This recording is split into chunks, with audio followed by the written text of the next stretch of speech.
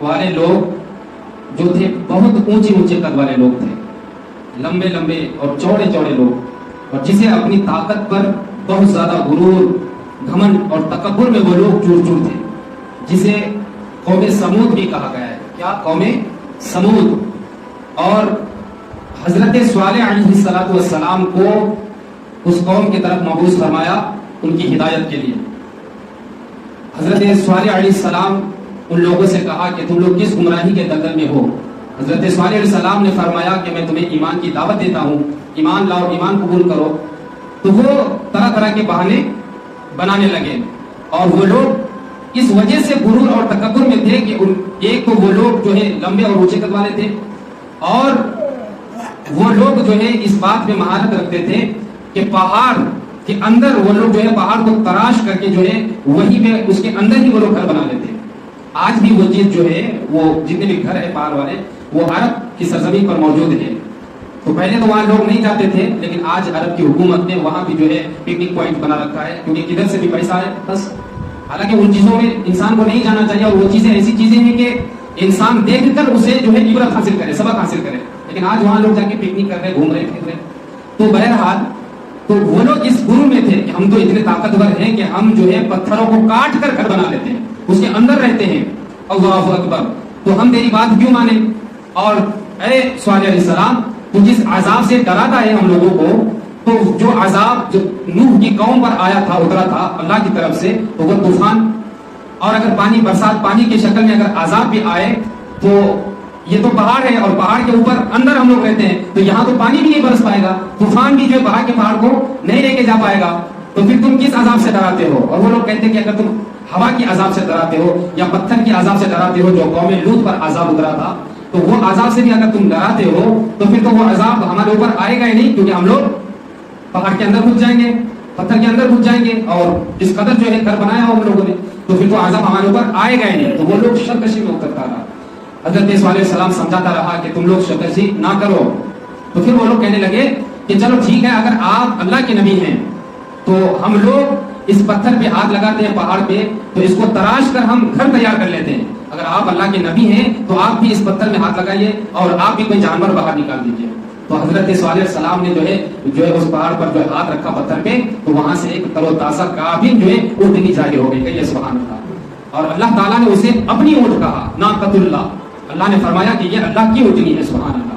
تو اتنی قد آور اونٹنی ظاہر ہو گئی کہ آتا ہے کہ وہ اونٹنی جب جنی بچہ پیدا تھی تو اس کے دودھ پوری قوم پیتے، اس کی دودھ پوری قوم پیتے، اور جس کنویں سے وہ قوم سمود پانی پیتے تو ایک دن قوم سمود پیتے، ایک دن وہ اونٹنی پیتی، اور اتنا پیتی کہ پورا پانی ختم کر دیتی۔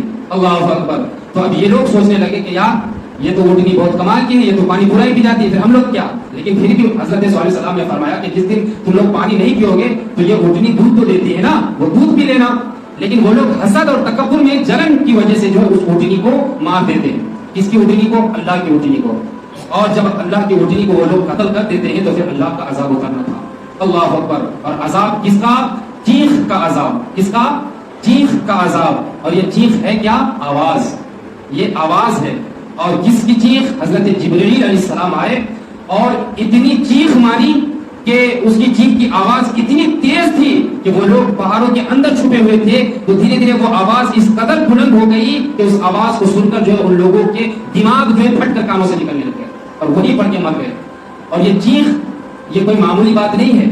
آج اگر سائنسدانوں نے یہ بم جو ایجاد کیا ہے تو یہ کس بنا پر؟ یہ آواز کی بنا پر۔ جتنے بھی میسائل ہے، جتنے بھی بم ہے، یا کوئی آج کہیں بھی اگر بم پھٹتا ہے نا تو اس بم سے جو بارود نکلتے ہیں اس سے نقصان نہیں ہوتا ہے، بلکہ اس کی آواز سے نقصان ہوتا ہے۔ یعنی جو کھڑکیاں ٹوٹتی ہیں، شیشہ ٹوٹتے ہیں، تو جتنی آواز ہوگی، جتنی چیخ ہوگی، اتنا ہی نقصان ہوگا۔ اب ذرا دیکھ لیں کہ آپ کی گلی سے اگر ایک معمولی سا ڈی جے اگر گزر جائے تو ہوتا کیا کہ جب ڈی جے بجنے لگتا ہے تو پتا ہے کہ آپ کا دل زور سے دھڑکنا شروع ہو جاتا ہے۔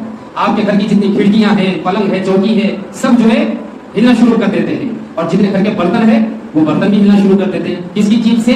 ڈی جے کی چیخ سے۔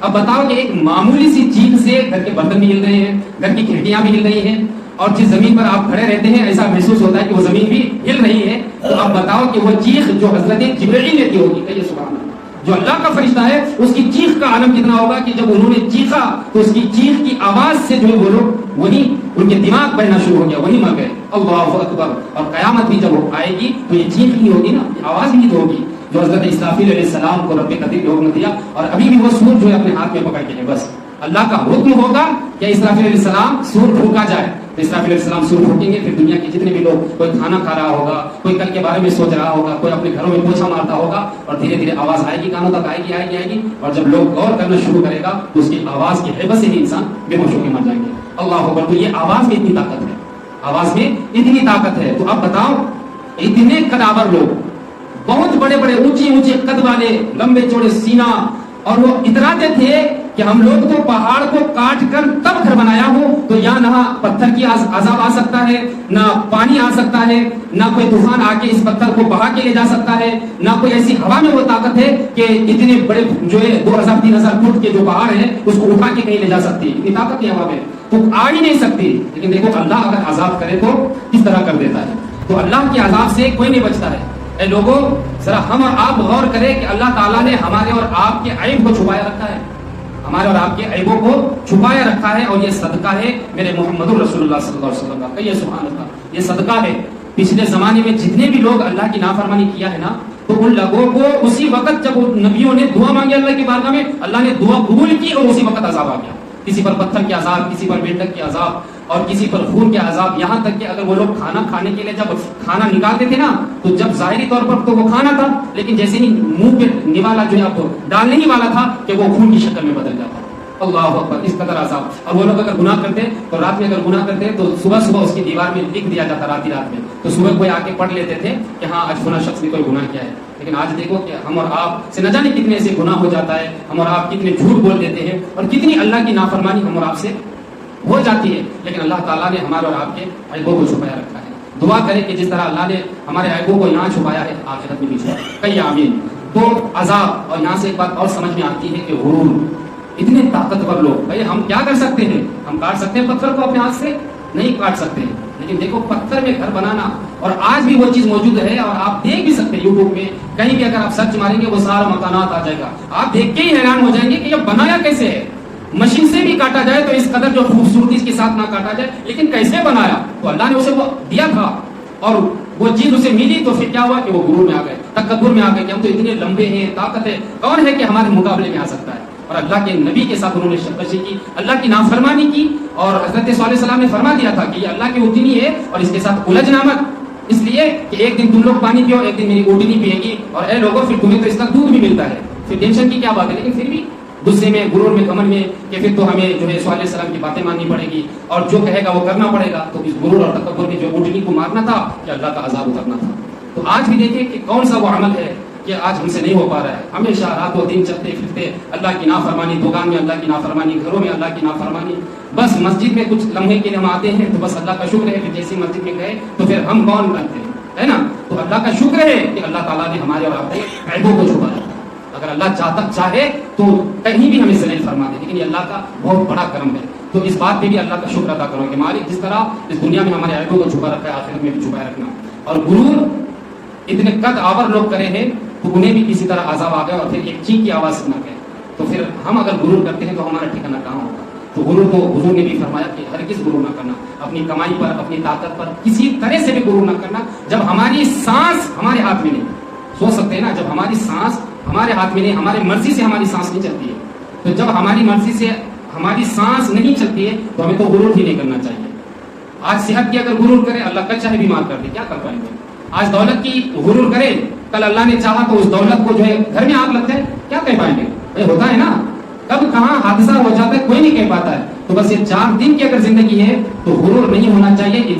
تو اخلاق تو سادگی میں بھی ہے. تو بالخصوص ہمیں اور آپ کو غرور, تکبر, حسد, جلن, ان بیماریوں سے بالخصوص بچنا ہے. اور جن لوگوں نے بھی ایسا کیا ہے تو اگر ہم تاریخ اٹھا کر دیکھیں تو بڑی بڑی قوم آئی, اونچے اونچے قد والے, کوئی کسی کو اپنے ہتھیار بنانے کی جو ہے گھمنڈ, کسی کو جو ہے گھر بنانے کا گھمنڈ, نہ جانے کون سے گھمنڈ. اور قارون آیا تو ان کے پاس اتنے خزانے تھے کہ 70 اونٹ صرف اس کے خزانے کی چابیاں کھولتے تھے. اللہ اکبر. اور جب انہوں نے غرور کیا کہ کون اللہ, میں نہیں دیتا ہوں زکات, اتنا پیسہ میں نہیں دوں گا اللہ کی راہ میں, تو پھر اللہ کا حکم آیا اور پھر وہ خزانے کے ساتھ ہی زمین پہ دھس گئے.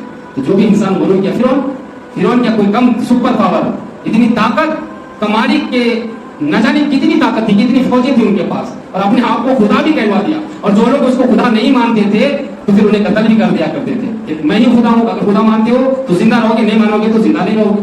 اب کون ہے ایسا شخص؟ بھائی زندہ رہنا ہے تو خدا ماننا پڑے گا، سوائے اللہ کے نبی کے، اس زمانے کے جو بھی نبی تھے، کیونکہ وہ تو ایک واحد اللہ کو ماننے والا اور وہ تو دعوت دینے والا. لیکن جتنے بھی لوگ تھے فرعون کو خدا مانتے تھے کہ چلو چلو تم ہی میرے خدا ہو، تو وہ لوگ زندہ رہتے تھے. لیکن جب اللہ کا عذاب آیا، اللہ اکبر، تو موسیٰ علیہ السلام کی قوم جو ہے اپنی قوم کو لے کر موسیٰ علیہ السلام دریا پار ہوئے تو ایسا چل رہا کہ گویا مٹی پہ چلا ہو. سبحان اللہ. اللہ نے 12 راستے کھول دیے. کتنے راستے؟